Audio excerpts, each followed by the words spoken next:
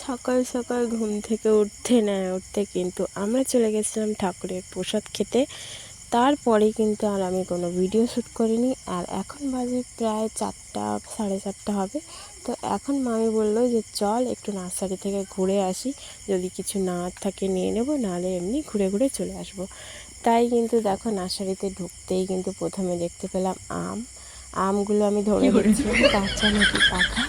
তো এখন কিন্তু গরমের সিজনে এত ভালো ফুল হয় না, তাও কিন্তু আমরা এমনি ঘুরতে গেছিলাম। আর এখানে একটা দাদু দেখো কি সুন্দর করে বসে বসে চারা গাছ লাগাচ্ছে, আর এতগুলো লাগিয়েছে এই যে ছোট ছোট গামলাগুলোর মধ্যে।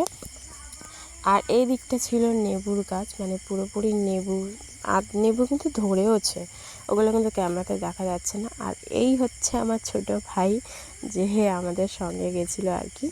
আরও অনেকজন গেছিলো, কিন্তু আমি ওদেরকে ক্যামেরাতে তোমাদের সামনে আর দেখাইও নি, আমার ছোট ভাইটাকে দেখালাম। আর এই দিকে দেখো এইগুলো কি গাছ, তোমরা অবশ্যই কমেন্ট করে জানিও, আমি তো জানি না এইসব গাছের নাম। আর এই দিকে দেখো কি সুন্দর একটা বড় একটা লাল জবা ফুল। আর এই সামনের দিকটা তোমাদেরকে দেখিয়ে দিচ্ছি, সামনের দিকে কিন্তু অনেক কটাই ফুল গাছ রয়েছে।